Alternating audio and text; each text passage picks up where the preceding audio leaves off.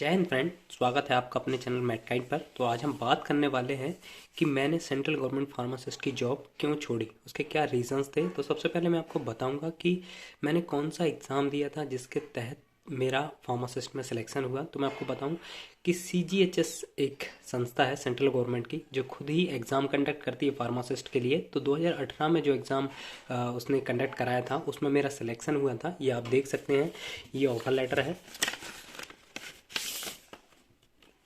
2018 में मैंने क्लियर किया था और फिर मुझे अपॉइंटमेंट लेटर मिला था। तो ये आप देख सकते हैं, ऑर्डर ऑफ अपॉइंटमेंट। तो ये देख सकते हैं, डॉक्टर मिस्टर जयंत कुमार, ये था मेरा फार्मासिस्ट एंट्री ग्रेड एलोपैथिक, और जिसका प्री ग्रेड था मैट्रिक्स लेवल 5 29,200 जो बेसिक था इसका। तो ये हो गया मेरा ज्वाइनिंग के बारे में बात। तो मैंने 14 दिसंबर 2020 को इसको ज्वाइन किया था दिल्ली में हेड ऑफिस में। फिर उसके बाद मुझे जोनल ऑफिस भेजा गया। मेरा ईस्ट जोन था तो मुझे ईस्ट जोन भेजा गया। उसके उसके बाद वहाँ से मुझे डिस्पेंसरी अलॉट की गई, जो कि CGHS Sai Baba D94 dispensary थी, वो अलॉट की गई। मैं वहाँ पे वर्किंग था। तो मैं आपको बताऊँ तो मुझे कौन कौन सी फैसिलिटीज़ की हम बात कर लेते हैं, कौन कौन सी फैसिलिटीज़ मुझे मिली थी। तो फैसिलिटीज़ में सबसे पहले आता है सैलरी। तो सैलरी इसमें बहुत अच्छी मिलती है, आप देख सकते हैं। मेरी जो एंट्री सैलरी थी वो मैं आपको बताना चाहूँगा। जो एंट्री में सैलरी थी, ये सैलरी स्लिप मैं आपके सामने खोल रहा हूँ।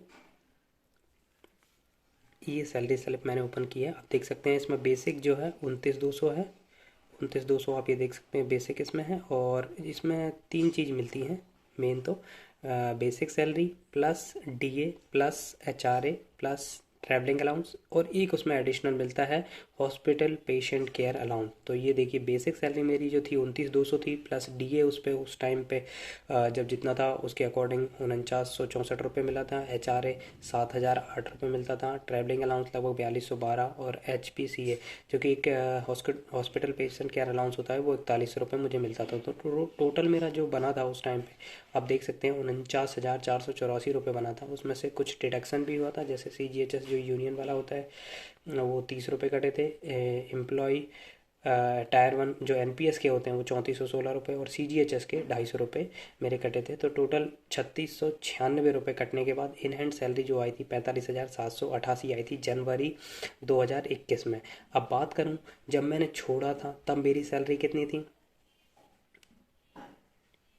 तो आप देख सकते हैं मैंने अभी रिसेंटली छोड़ा है दिसंबर में, जनवरी में रेजिग्नेशन दिया था। तो ये नवंबर 2022 की सैलरी है, आप देख सकते हैं। इसमें लगभग बेसिक जो मेरा इंक्रीमेंट लग के 31,000 हो गया था।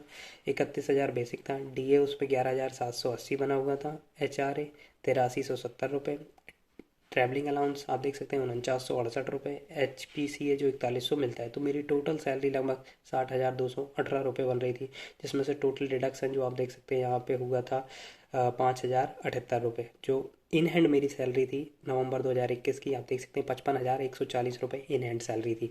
तो ये तो हो गई बात सैलरी की। तो सैलरी बहुत अच्छी salary CGHS central government employee को मिलती है। अब बात करें हम कि कौन कौन सी फैसिलिटी मिलती है, तो सबसे पहला सैलरी हो गई। दूसरा हमें मिलता है हेल्थ बेनिफिट। इसमें सबसे ज़्यादा मिलता है, आपके जो भी डिपेंडेंट होते हैं उनके इस तरह से कार्ड बन जाते हैं। CGHS कार्ड आप देख सकते हैं, ये मेरा बना हुआ है, मेरे फादर का बना हुआ है, और जो भी डिपेंडेंट होते हैं उनके बन जाते हैं।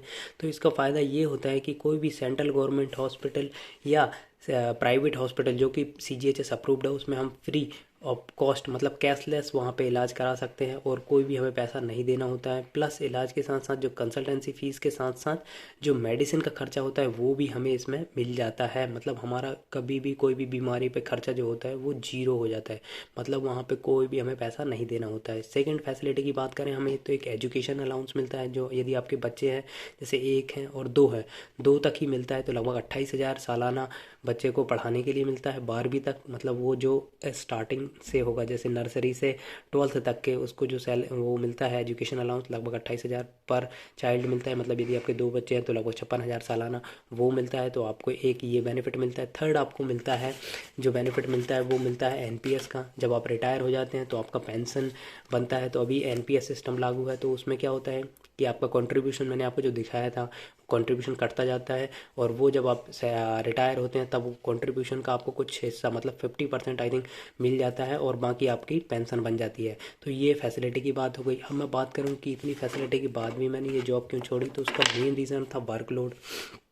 यदि हम वर्कलोड की बात करें तो यहाँ पे कितना वर्कलोड होता है मैं आपको बताऊंगा कि लगभग आजकल जो पेशेंट एंट्री हो गई है वो लगभग 500 से 600 पेशेंट एंट्री हो गई है। तो मतलब आप सिंगल जो फार्मासिस्ट होता है काउंटर पे, उसको लगभग 500 से 600 पेशेंट को अटेंड करना है, उसको मेडिसिन प्रेस्क्राइब डिस्ट्रीब्यूट करना है, उसके साथ उसको एक्सप्लेन भी करना है कि कैसे उनको लेना है।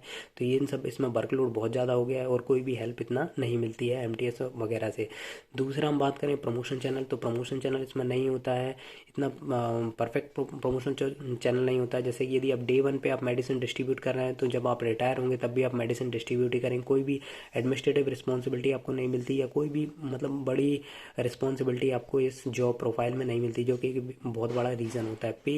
पे की हम बात करें तो सबसे कम इसमें पे मिल रहा है 2800 ग्रेड में मिलता है। आप बात करें जैसे नर्सिंग वगैरह हो गया, नर्सिंग को तो 4600 ग्रेड में मिलता है, और जो नॉन टेक्निकल जॉब होते हैं उनमें लगभग ग्रेड पे स्टार्ट होता है 4200 से, लेकिन जो फार्मासिस्ट जॉब होती है उसमें 2800 ग्रेड पे होता है। और इसका ग्रेड पे में मैं आपको बताऊं प्रमोशन की, तो इसमें सबसे पहले आपको 2800 पे 2 साल काम करना पड़ेगा। जब आप परमानेंट हो जाएंगे मतलब प्रोविजन कंप्लीट हो जाएगा तो आपको 4200 ग्रेड पे मिलेगा। 4200 ग्रेड पे के बाद जब आप 5 साल इसमें 4200 में कर लेंगे तब आपको 4600 ग्रेड पे मिलेगा, और फिर 10 साल बाद जाके कहीं 4800 ग्रेड पे आपको मिलेगा। लेकिन आप कभी भी गैजेटेड पोस्ट में मतलब 5400 के ग्रेड पे पर नहीं पहुंच पाएंगे यदि इस जॉब में रहेंगे। तो ये एक बहुत बड़ा रीज़न था, इसलिए मैंने इस जॉब को छोड़ा है। तो ये कुछ रीज़न थे जो मैं आपको बताना चाहता हूँ। यदि ये वीडियो आपको अच्छा लगा हो तो प्लीज़ चैनल को सब्सक्राइब करिए, वीडियो को लाइक करिए, कमेंट करिए कि आप कौन सी जॉब कर रहे हैं, या फिर आप फार्मासिस्ट जॉब करना चाहते हैं कि नहीं करना चाहते हैं, इन सब चीज़ों को देखने के बाद। Thank you.